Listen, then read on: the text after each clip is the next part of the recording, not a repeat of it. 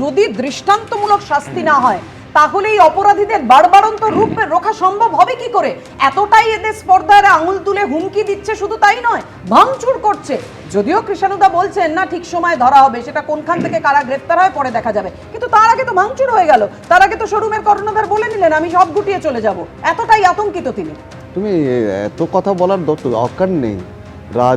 রাজগঞ্জে বন্ধুনগর জায়গাটা, অঞ্চলটা, ওটা লোকাল থানাটার নাম হচ্ছে ভোরের আলো। ভোরের আলো পুলিশ স্টেশন গালভরা কমিশনারেট করেছে, শিলিগুড়ি পুলিশ কমিশনারেট, ডিস্ট্রিক্ট ম্যাজিস্ট্রেটের কাছে গেছে। তার পর্যন্ত ক্ষমতা নেই বলার যে ওখানে ইমিডিয়েটলি পুলিশ পাঠিয়ে এই লোকগুলোকে অ্যারেস্ট করুন।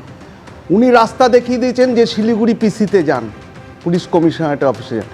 পরিষ্কার মাফিয়াইজম, দুর্নীতি, এক্সটর্শন, সিন্ডিকেটবাজি চলছে পাপিয়া পরিষ্কার। এবং প্রত্যক্ষভাবে, পরোক্ষভাবে না, প্রত্যক্ষভাবে শাসক যোগ যদি না থাকে এটা করা সম্ভব নয়। দীর্ঘ সময় পুলিশে চাকরি করেছি আমরা। ডাইরেক্টলি যদি প্রত্যক্ষভাবে, পরোক্ষভাবে না, প্রত্যক্ষভাবে শাসক যোগ যদি না থাকে, এরা মাফিয়া, ক্ল্যান্ডেস্টাইন র্যাকেটিয়ারিং, পয়সা দাও টাকা দাও, ওখানে বলার ক্ষমতা নেই। বলছে কি তারপরে তালা লাগিয়ে দিল, শোরুমে তালা লাগিয়ে দিল। বেশ কিছু পুলিশ অফিসার এলো, এসে ওই যাদের আটকে রেখেছিল তাদের বার করে দিল, আর বলছে কি তদন্ত চলছে। এই তো কথা, এই তো নিয়ম। উনি তো বলেছেন যে আমি মুখ্যমন্ত্রীকে চিঠি দিয়েছি, পুলিশ স্টেশনে দিয়েছি, শিলিগুড়ি পিসিতে দিয়েছি, সমস্ত জায়গায় দিয়েছি, সব জায়গায় দাঁড়িয়েছে। পাশে একটা ইন্ডাস্ট্রিয়াল ইউনিট উনি কিনেছেন, রেজিস্ট্রি করেছেন, মহাবাড়ি পেয়েছে। মাল দাও, টাকা দাও, দুর্নীতির টাকা দাও, সব জায়গায় বিতরণ করতে হবে, 12 আনা 4 আনা হিসাব করতে হবে। টাকা না দিলে জমি পাওয়া যাবে না, টাকা আমি ভালো কথা বলছি, সলিলা বলছে তোলা না দিলে, ঠিকই তো এই শব্দটা ব্যবহার করা বোধহয় উচিত, তাই না প্রদীপদা? না হলে বোধহয় জমিও পাওয়া যাবে না, কারখানাও চালানো যাবে না, শোরুম সেটাও নয়। আমি এখানেই আসবো প্রদীপদার কাছে। প্রদীপদা, তৃণমূল বারবার বলে এত নিয়ে কথা হচ্ছিল, কোন বিরোধীদের মুখে এই মুহূর্তে নির্বাচন হতে আর 3-3.5 মাস বাকি, ধর্ম নিয়ে এত রাজনীতি, আমরা এসআইআর নিয়েও পর্যন্ত রাজনীতি একেবারে সুর চরমে, সে জায়গা থেকে আমরা এখনো পর্যন্ত কারোর মুখে, বিরোধীদের মুখে শুনলাম না শিল্প নিয়ে একটা স্পষ্ট দিশা, স্পষ্ট কোনো কথা। না দেখুন, বিরোধীরাদের যদি স্পষ্ট দিশা থাকতো তাহলে এতদিন তৃণমূল কংগ্রেস সরকার এইখানে পশ্চিমবঙ্গে ভোটের পর ভোট জিততো না।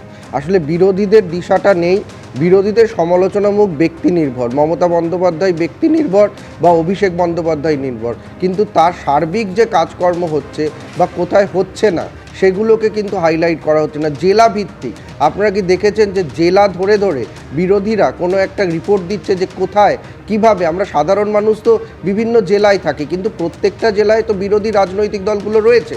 তাহলে প্রত্যেকটা জেলায় তৃণমূল কংগ্রেসের শাসনকালে কি কি অসুবিধার সম্মুখীন হচ্ছে, সেটা শিল্প হতে পারে, সেটা পুরসভা হতে পারে, সেটা স্কুল হতে পারে, সেটা শিক্ষায়তন হতে পারে, কি সমস্যা হচ্ছে এই এবং সমস্যাগুলো বোমা, সবথেকে বড় কথা যে এত আইন শৃঙ্খলার অভাব, এবং মুখ্যমন্ত্রী বলার পরেও মুখ্যমন্ত্রী কিন্তু এই বকটুই কাণ্ডর সময় দেখেছি যে বলেছেন যে বোমা উদ্ধার করুন, এবং তারপরে বোমা উদ্ধার হয়, কিন্তু আবারও বোমার আঘাতে শিশু জখম থেকে শুরু করে সব কিছু হচ্ছে। এই যে গুন্ডারাজ, এই গুন্ডারাজ সম্পর্কে আপনি যদি মুখ্যমন্ত্রী বা অভিষেক বন্দ্যোপাধ্যায়কে বলেন, কৃষাণুদা যেরকম বললো যে হ্যাঁ এটা মানে তদন্ত হবে, দুষ্কৃতী ধরা পড়বে, কিন্তু আপনি যে প্রশ্নটা করলেন যে দুষ্কৃতীদের এই রাজত্ব চলবে কেন, দুষ্কৃতীরা এত সাহস কেন পাবে যে একটা পুরো গোডাউন, টাটা মোটরস হোক বা যে কোনো, পুরো এরকম দিনের আলোয় ভাঙচুর করে দেবে, কোনো তাকে কেউ আটকাবে না?